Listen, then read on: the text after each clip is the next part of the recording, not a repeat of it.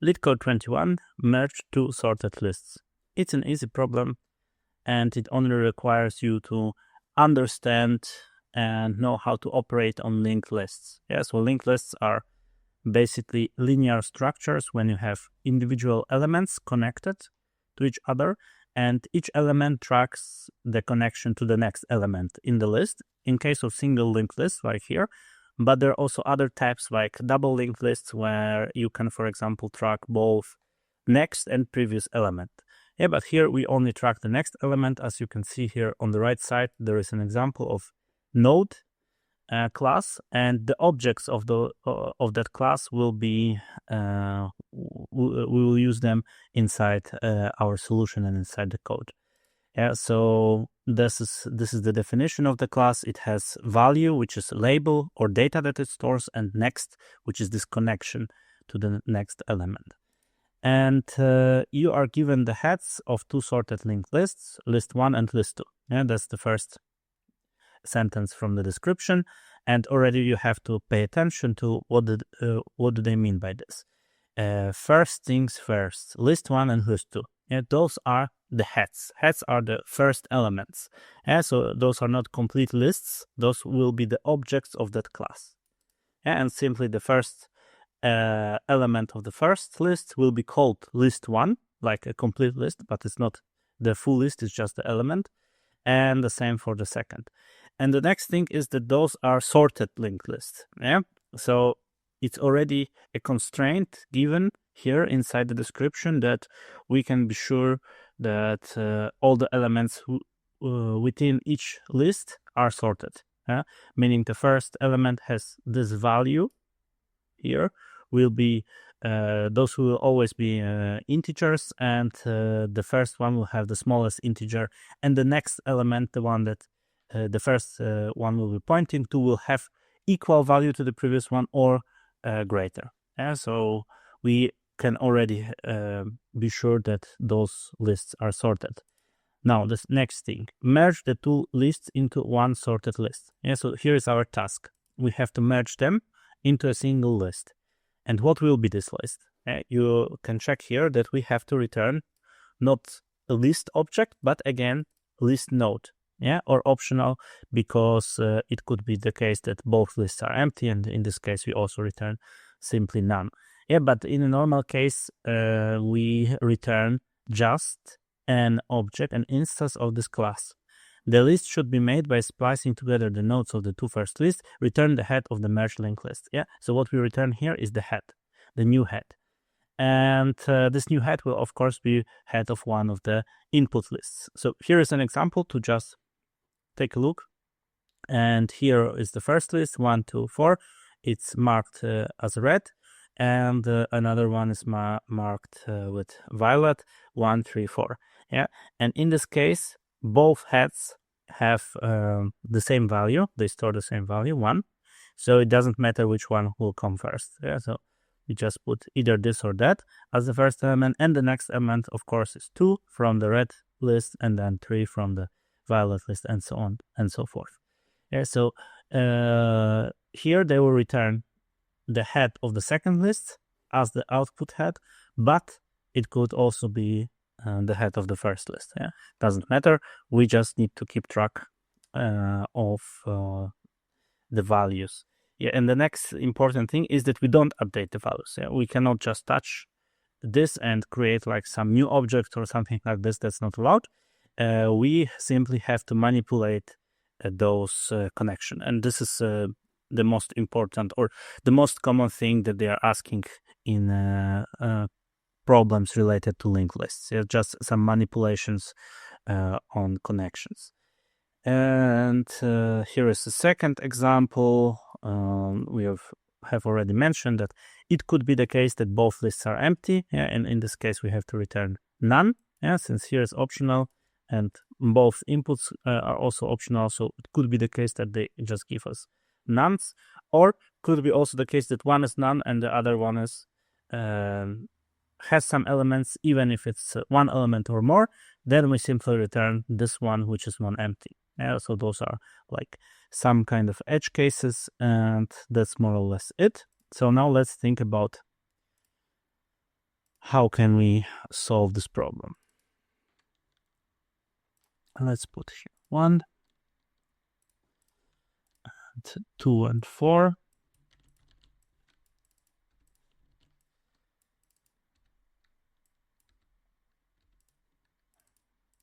1 to 4, not 5. 1, 2, 4.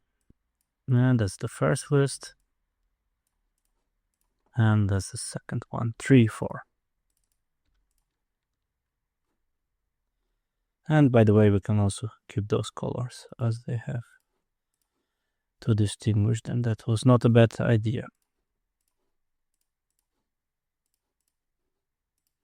And what do we have at the beginning? We have head 1. Let's make it smaller.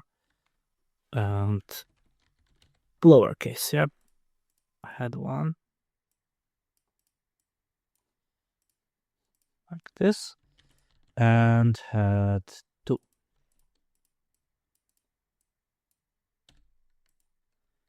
And now, both of those lists, we can iterate through them using this head. That's the only thing that we have at the beginning.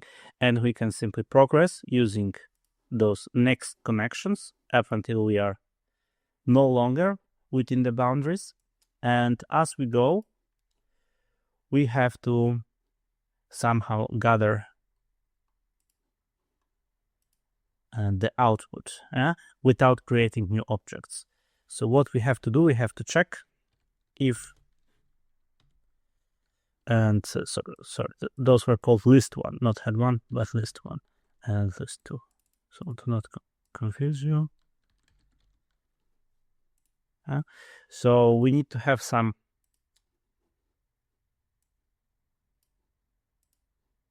dummy or temporary value. Let's call it dummy, where we will start without anything, and we will try to append to it either from list 1 or from list 2. And if list 1 value is less than or equal to list 2 value, then maybe let's call it just tail, which the beginning will initialize it with none, and then we will just add one of those. Then we will add to tail.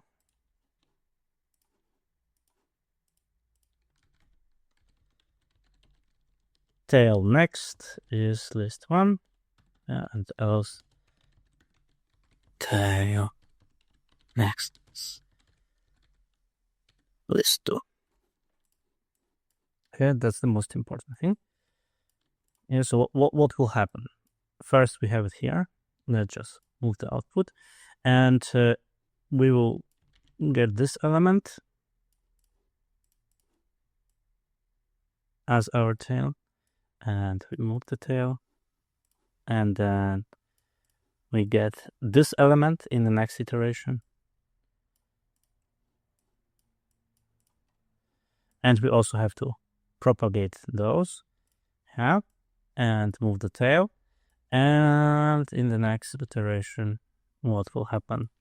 We get this element there, and so on and so forth, up until we have no more elements.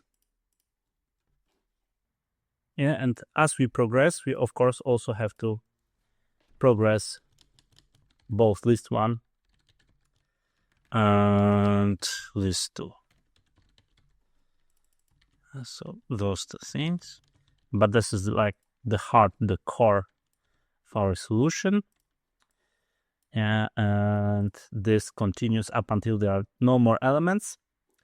So up until list 1 and list 2 both have something inside. So let's just reiterate. We start outside of both lists and we check which head has the smaller element. Already starting here. We move to list 1. List 1 moved here. Then we got list 2, and list 2 should be here. And then list 1 got here, so should be moved there, and so on. We should then add 3 and 4 and 4, like this. So that's more or less it. And we can now try to convert it to the code. So we can create some dummy node outside of both lists to start the tail somewhere. And while both lists exist, we will do exactly this thing. I will just go from here to here.